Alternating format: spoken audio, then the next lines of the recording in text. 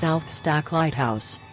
South Stack Lighthouse earned itself a place in two books, Haunted Britain and South Stack, Anglesea's famous lighthouse, thanks to its spectral resident lighthouse keeper, Jack Jones. According to South Stack author Ian Jones, the lighthouse was a merry place, right up until the night of October 25, 1853, when one of the worst storms ever hit the coastline, where South Stack is situated.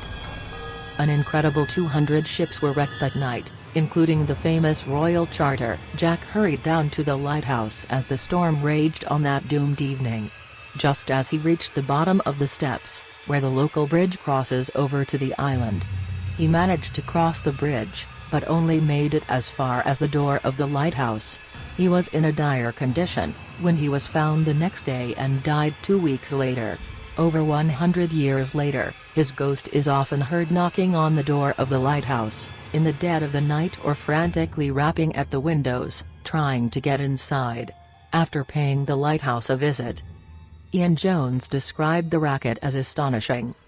The TV show Most Haunted journeyed to the lighthouse, and got a little more than even they bargained for when an object resembling a tiny horseshoe was flung at then-host Yvette Fielding as she walked toward an outbuilding on the island.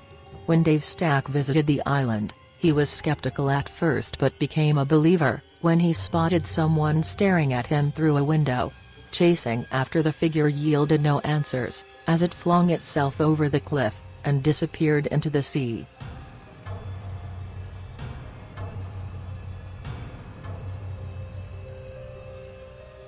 Pensacola Lighthouse.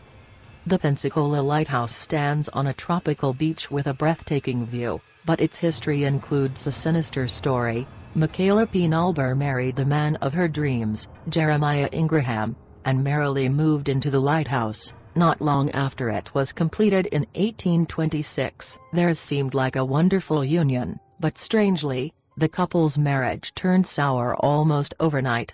Its sudden turbulence came to a head when Michaela stabbed her husband to death one evening in 1840 for seemingly no reason. She was never convicted for the murder due to lack of evidence, and lived out the rest of her days in the lighthouse, until she died in 1855. Even in the afterlife, it seems that Michaela's violent streak lives on. Visitors have reported objects being thrown at them while they walked through the living area, where Michaela and her unlucky husband stayed, and large blood stains were still visible on the floor, before the lighthouse was renovated. A local resident stated that he had once tried to wash the blood off, but it would just reappear time and time again. Chillingly, some visitors have heard breathing behind them, and sensed a presence following them while taking the staircase to the lighthouse tower.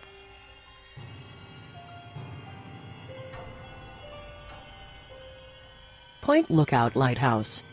The Point Lookout Lighthouse, built in 1830, is known as one of the most haunted places in Maryland.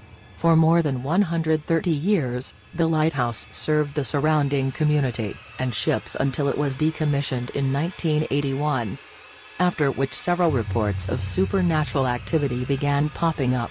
In response to these reports, parapsychologist Dr. Hans Holzer and a team of other experts descended on the Point Lookout Lighthouse, and managed to record 24 different voices during their investigation. The voices can be heard singing, talking, and even swearing. A voice saying "fire if they get too close to you" can be clearly heard in their recordings, thought to be related to the Confederate soldiers that were held prisoner on the island.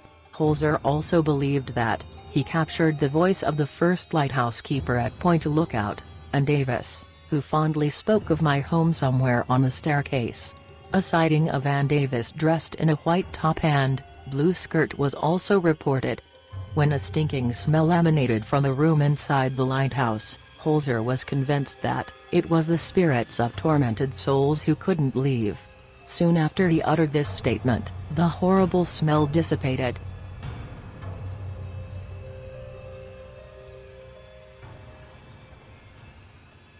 Hasetta Head Lighthouse. Tragic female figures in flowing pale dresses have been haunting hundreds of locations around the world for centuries, and lighthouses are among them. Hasada Head is allegedly haunted by the ghost of a mother, whose baby daughter fell to her death from the cliff upon which it stands.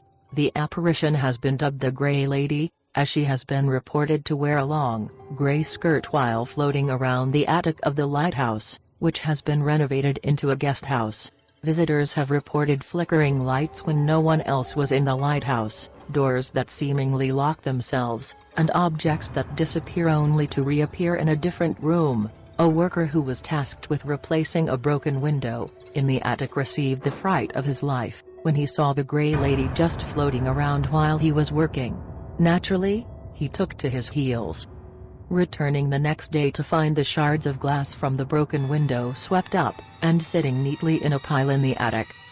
The spookiest case involves a photographer named Steve Terrell, who was looking for a ghostly shot of the lighthouse when he noticed a transparent figure looking at him from inside the attic. He thought it was only his imagination, since he and a friend were the only ones staying at the lighthouse at the time, but he soon realized that may not have been true when he discovered the guest book of the lighthouse in his room. The book was opened to a page where a previous visitor's tale of a ghostly encounter in the lighthouse was recorded.